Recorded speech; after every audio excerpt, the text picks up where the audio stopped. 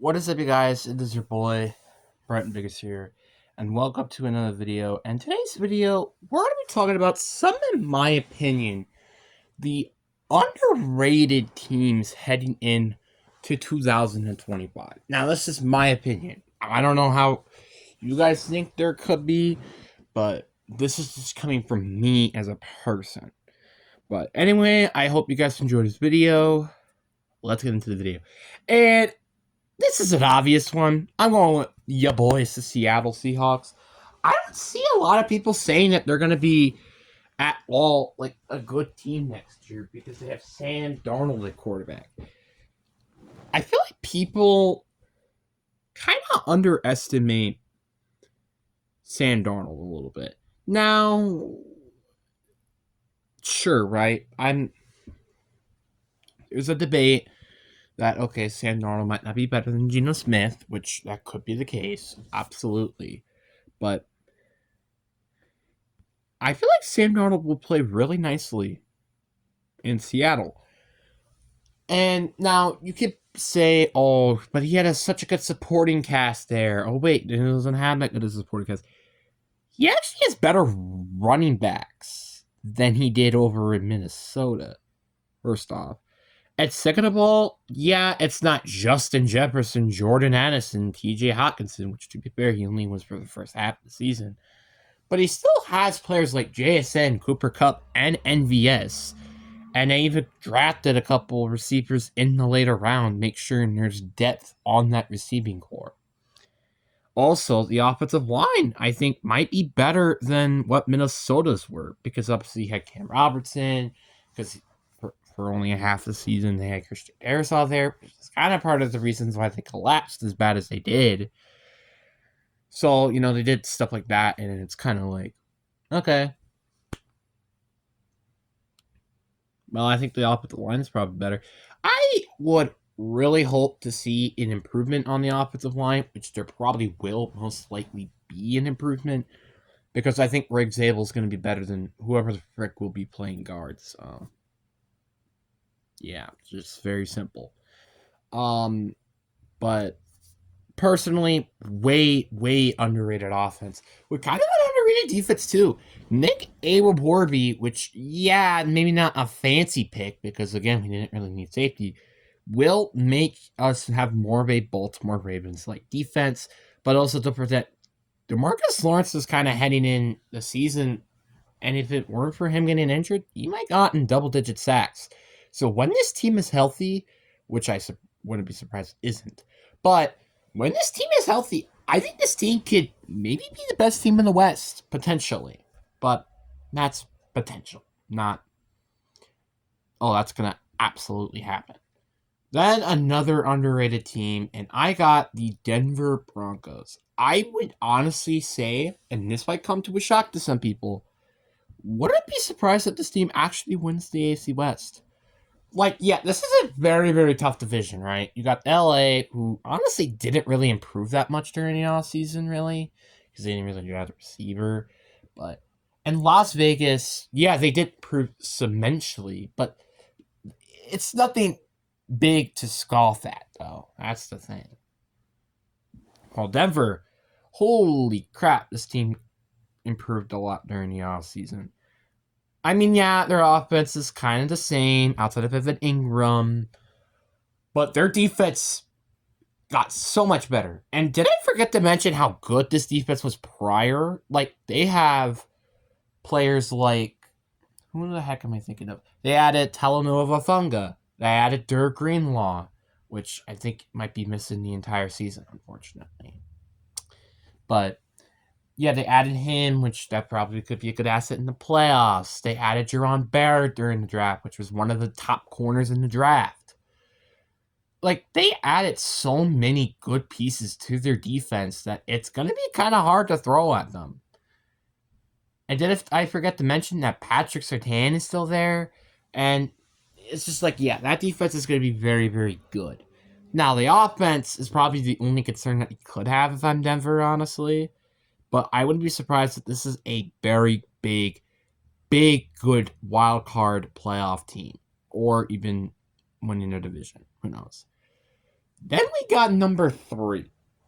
And this one, I'm going to have the Baltimore Ravens. I know I kind of did this last time as well, but I feel like not a lot of people were talking about Baltimore. Like, a lot of people are kind of talking about, oh, we're talking about Buffalo. Oh, we're talking about KC. I feel like a lot of people aren't talking about Baltimore and how good a team they are. Did everybody forget that was Derrick Henry's first season in Baltimore? Yeah, he will probably progress because, well, due to age. But don't forget, they have Lamar Jackson, they have Zay Flowers, they got DeAndre Hopkins, who I think still has something left in the tank, even though people said he don't. Like, they have actually really, really good pieces, and they still can be in that Super Bowl run, which I don't feel like a lot of people are specifically talking about. And speaking of teams I think that are pretty underrated, I got the Carolina Panthers next on my list. I would not be surprised if the Panthers make a shocking jump into the postseason. Tyrell McMillan was the perfect piece that this team desperately needed, even though they didn't really need a wide receiver wasn't their biggest need. Why is I hearing this, like, what the heck? Anyway, yeah, I really think they have a very good plan. I like their offseason free agents with, like, Tershawn Wharton, who I think could be really nice in this defense.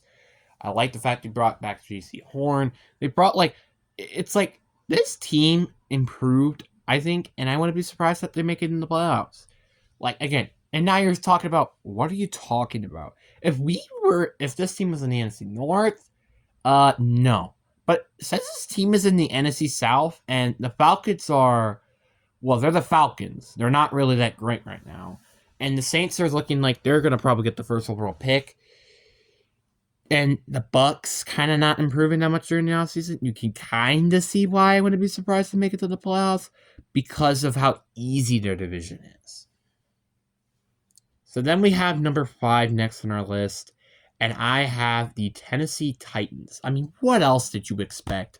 Tennessee, I'm not going to be surprised, would actually be a very underrated team heading into the year.